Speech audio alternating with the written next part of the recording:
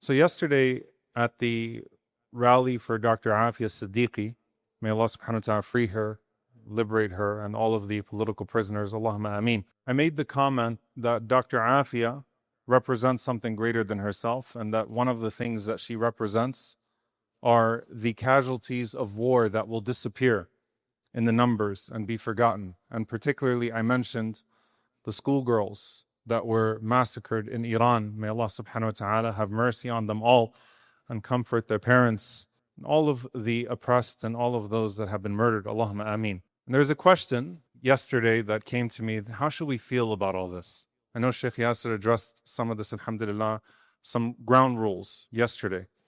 And I've been thinking about one dimension of how to address this tonight, bidnillahi ta'ala, from a Quranic framework. And surely there will be multiple angles by which this will be addressed, bidnillahi ta'ala, in the weeks to come. And we make dua for our ummah through all of this. The sentence that I want you to remember: lean into your fitrah. Lean into your fitrah, your natural disposition. A few khatiras ago, I mentioned the dua that people used to make, that they used to ask Allah subhanahu wa ta'ala for the Iman, for the faith of the old Bedouin woman, who's not a scholar of the Quran, not a scholar of the Sunnah, who doesn't know law or jurisprudence, but her Iman is very high. She knows what she perceives and she knows what she hears, and she naturally leans into that Iman in Allah subhanahu wa ta'ala, and there's something very beautiful about that. What do I mean by that? When situations like this arise, there's the black and the white, and then there's the gray. There's the black and the white, and then there's the gray. And I would argue that most normal Muslims just need to know the black and the white, and that without knowing anything about political analysis or being able to dissect a situation, can lean into their fitrah and can do what Allah subhanahu wa ta'ala demands of them in this moment, and can call upon Allah subhanahu wa ta'ala and act in the way that Allah subhanahu wa ta'ala commands of them best in this month of Ramadan. Lean into the fitrah. The Prophet sallallahu alaihi wasallam in his time had to navigate more political complexities than we can imagine. Like, I want you to think about how many tribal complexities the Messenger of Allah sallallahu alaihi wasallam has to navigate with the non-Muslims, and dissecting the different tribes and who's related to who, and who has this motivation and who has this history, and who can be trusted from this direction and who can be trusted from that direction. The vast majority of the companions simply waited for the Prophet ﷺ to say, do this or do that. And they leaned into that. But it's the Prophet ﷺ who is with his select group of people, looking at Ghatafan, looking at Banu Khuza'a, trying to navigate through all of the complexities that exist at the time of his undertakings, alayhi salatu wassalam. So what does this mean today for us, the black, the white, and the gray? I was thinking about this from a Quranic perspective. Allah subhanahu wa ta'ala gives us ways to deal with all of these different things. When two groups of believers start to fight, وَإِن طَائِفَتَانِ مِنَ الْمُؤْمِنِينَ اقْتَتَلُوا فَأَصْلِحُوا بَيْنَهُمَا. If two groups of believers go into conflict with one another, then you try to do islah. You wish for restoration amongst them. You wish for reconciliation amongst them. فَإِن بَغَتْ إِحْدَاهُمَا عَلَى الْأُخْرَى فَقَاتِلُوا الَّتِي تَبْغِي. And then if one of them, goes on the agreement or goes back on the agreement, reneges on the agreement between the two, then you go against the one that is refusing to reconcile. When there are two equally evil forces that are fighting against one another, Allahumma adrib al-zalimina bil-zalimin wa akhrijna min baynihim salimin. Let them destroy each other and let us come out of it in peace. When you have two forces that are fighting one another, and one of them, they're both evil, but one of them clearly in the moment is more evil than the other. And of course, that's the classical example that we find in Surah Rum. وَيَوْمَئِذٍ يَفْرَحُ الْمُؤْمِنُونَ بِنَصْرِ اللَّهِ يَنْصُرُ مَنْ يَشَاءُ وَهُوَ الْعَزِيزُ الرَّحِيمُ. There's a rule there. The day that the believers will find joy in the victory of Allah subhanahu wa ta'ala. Who is this talking about? Abu Sa'id al-Khudri radiyallahu ta'ala anhu, he said, فَرِحْنَا بِنَصْرِ اللَّهِ لِأَهْلِ الْكِتَابِ عَلَى الْمَجُوسِ وَفَرِحْنَا لِنَصْرِ اللَّهِ لِلْمُسْلِمِينَ عَلَى كُفَارِ قُرَيْشِ. We found joy in the help of Allah subhanahu wa ta'ala coming to the people of the book, the Romans, over the Majus, over the Persian Empire at the time. And then we found joy, we found farah, we found joy of the victory of Allah subhanahu wa ta'ala to the Muslims over the disbelievers of Quraysh, over the non-Muslims of Quraysh. When the Muslims were in Abyssinia, and you have another political reality that's also complicated. You have Najashi, radiyallahu ta'ala anhu, who is concealing his Islam. And so he's not ruling by an Islamic framework, but he's giving protection to the Muslims and he's concealing his Islam, and the Muslims know about his Islam, but his people do not. And there is a coup attempt on Najashi. And Salama radiyallahu ta'ala anha narrates the way that the Muslims are on the side of that whole thing, and they're watching it and they're praying to Allah subhanahu wa ta'ala for victory for Najashi. To the point that Az-Zubayr radiyallahu ta'ala anhu swims to see who is winning between the two, and then he comes back to give the Muslims the news of the victory of Najashi. And Salama radiyallahu ta'ala anha says, there was nothing that made us more happy than that. There was a natural feeling. There was a natural sentiment. This man is protecting us. This is a good man. This is a Muslim. He's giving us our protection here. We don't need to get into the dynamics of what he's ruling by or who the other group is. This was a dynamic that was very clear and obvious. There's a black and white and there's a gray. And so how do we as believers deal with black and white versus gray? When you see innocent people being killed, when you see your innocent brothers and sisters being killed, there is no gray. You lean into that. You make dua for your brothers and sisters.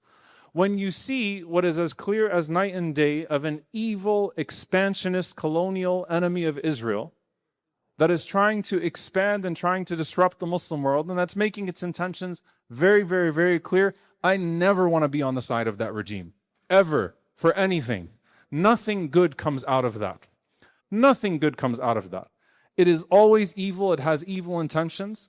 And more Americans are waking up to the domination and the slavery of the political class to that, colonial endeavor and what it is doing and the havoc that it's wreaking in the region. Black and white. I never want to find myself on the side of this evil. Okay, then what happens with the gray? Here's the thing that I want you to understand why I say you go back to the Muslim that simply leans into their fitrah. When you see what is taking place today, you can hold multiple truths at the same time and not forsake your principles.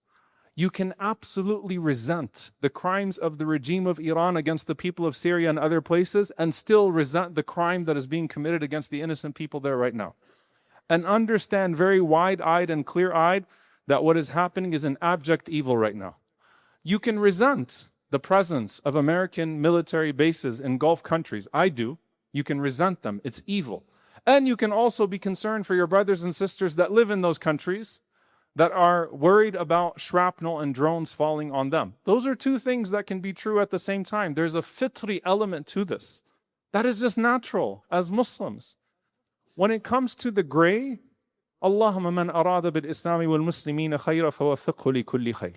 ومن أراد بالإسلام والمسلمين شرا فجعل كيده في نحره وجعل تدبيره تدميرا. O Allah, those that want good for Islam and the Muslims, then guide them to every good. And those who want evil for Islam and the Muslims, then ruin their plans, spoil their plans, and make their planning a means of their destruction. Ameen. You lean into your fitrah, dear brothers and sisters. And so I say take the step back in Ramadan, and again, this is a very short khatira, to give just a bit of a framework of how Allah subhanahu wa ta'ala gives this to us. Take a step back and don't get so lost in all of the political dynamics and all of the contingencies that you start to step away from what Allah Azza wa Jal has just made so obvious to you. And make dua with that fitrah. Make dua with that fitrah. And ask Allah subhanahu wa ta'ala to protect the innocent, wherever they may be. Ask Allah subhanahu wa ta'ala to protect your brothers and sisters wherever they may be. And ask Allah subhanahu wa ta'ala to destroy the evil intentions, that which we see and that which we don't see. When you see an abject evil and it's the black and white, then you rely upon Allah Azza wa Jal, Al-Jabbar, Al-Qahhar, Al-Wakil, Al-Mawla, Al-Nasir, to overcome the evil forces. And I can see that evil. And when there is evil that I can't understand, and there are certainly things that are at play, where even if we see evil, there are layers of evil behind that evil, then you go back to Allah Azza wa Jal, Al-Alim, Al-Hakim, Al-Latif, Al-Khabir, who sees layers that you can't see. And you turn that back to Allah subhanahu wa ta'ala. But don't step away from what makes you a believer. That pure Iman that hurts when you see your brothers and sisters, wherever they may be, being hurt when you see evil forces that are trying to create a vision for a greater Israel. May Allah subhanahu wa ta'ala foil their plans in our lifetime, Allahumma ameen, and guide us to the most productive ways, to where we can be a part of uplifting our ummah and alleviating our ummah. And may Allah subhanahu wa ta'ala give us rightly guided analysis as well. This is where you ask Allah Azza wa Jal for hidayah and rushd. Listen, politics in general, a lot of people are talking about like local politics and how should we get involved with this and how should we get involved with that. Very good people are going to make mistakes sometimes. People that are really trying to get it right are going to get it wrong sometimes. But do you believe that they're sincere? There has to be a domain here of sincere discourse and dialogue amongst believers that are trying to get it right now. And that discourse is an important and a healthy discourse, bidnillahi ta'ala, because it is a messy arena. But the majority of it is actually black and white. And as a believer, you lean into the black and white. You lean into the fitrah. You lean into what is so obvious to you right now, as a Muslim in the world that you're seeing right now, your eyes wide open, and your heart, bidnillahi ta'ala, beating for your ummah. And the last reflection I'll give with you tonight is this. SubhanAllah, I was just in Doha a week ago. I was supposed to be going to Umrah in a few days. And I remember sharing with you all that my flight there were some flight issues, and I ended up having to come a day later, and I got to pray the first night of Taraweeh there, and everyone's talking about, oh, mashallah, how beautiful Ramadan is there, and we're going to go to Ramadan, we're going to go, to Taraweeh, and we're going to enjoy the beautiful spirit of Ramadan here. And subhanAllah, look how quickly things change in the safest places in the world. And I say this today, as I would have said last year, that a world that watched what happened to Gaza and did not do anything about it is a world that has to all be placed on high alert and urgency. All of us, our situation can change overnight. Our situation can change overnight. So don't think, oh, well, I'm here and they're there and they're there and they're there and none of this can come to us. Keep your faith steadfast and work on that. Keep your principles solid and firm.